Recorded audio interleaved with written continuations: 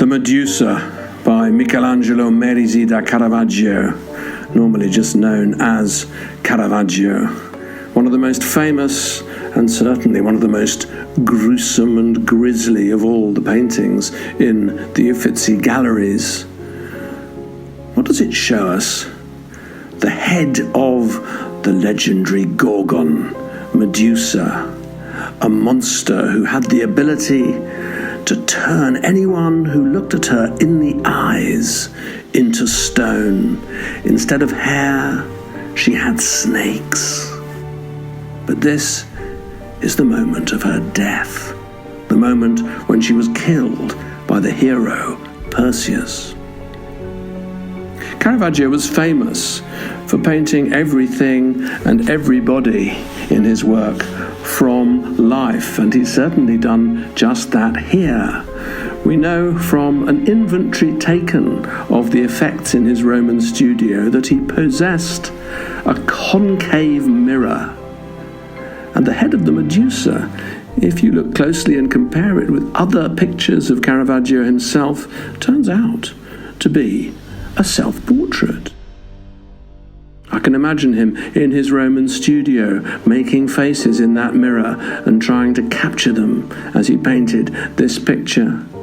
The snakes have been identified as Roman river snakes, an edible delicacy in Caravaggio's time, purchasable from Roman fishmongers. So I like to think that he bought a wriggling mass of live river snakes and had them too in his studio. What a scene it must have been.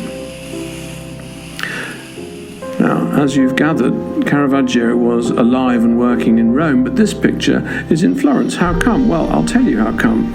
It was presented to the Medici family by Caravaggio's principal patron, Cardinal del Monte, the man who paid for Caravaggio's early training, bought most of his early works, and a man who was himself in the pay of the Medici, so he felt obliged to send a masterpiece by his young protege to the Medici family so that they could see what all the fuss was about. It's a very interesting picture because it's almost certainly the result of a kind of competition between one artist and another.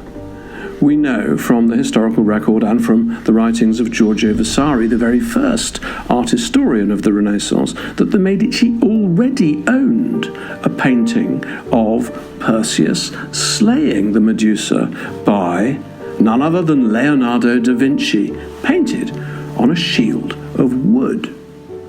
It seems to me that Caravaggio's patron, Del Monte, told Caravaggio about that other picture, which sadly no longer survives, and encouraged Caravaggio to paint his own answer to it. Now, although the other picture is lost, I can say with some certainty that Caravaggio did better than Leonardo da Vinci, because Leonardo had the very bright idea of painting Medusa on a shield of wood, but in my opinion he didn't really see through to the full logic of that decision.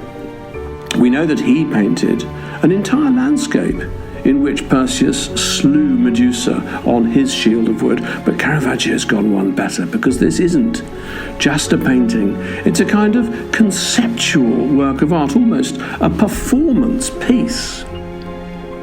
Why do I say that? Because you have to think back to the story of Perseus and Medusa. How did Perseus kill the fearsome gorgon, whom you couldn't look at without turning to stone? Well, he got his shield and he polished it till it was as shiny as the rear view mirror of a car.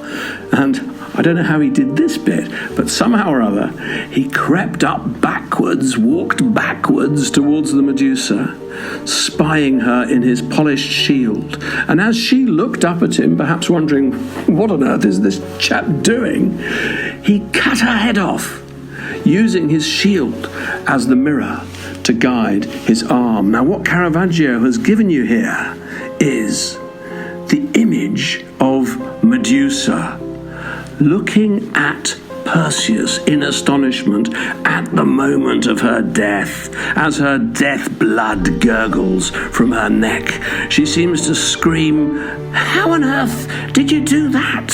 What trick have you played on me?" Absolutely brilliant.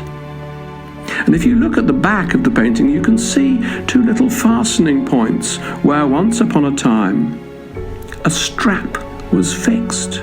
In other words, this wasn't a picture intended to be hung on the wall of an art gallery. It was a picture that you were meant to place on your arm, so that as you wore it like a shield and held it up, you, the Medici prince, became yourself like Perseus, having killed the great monster.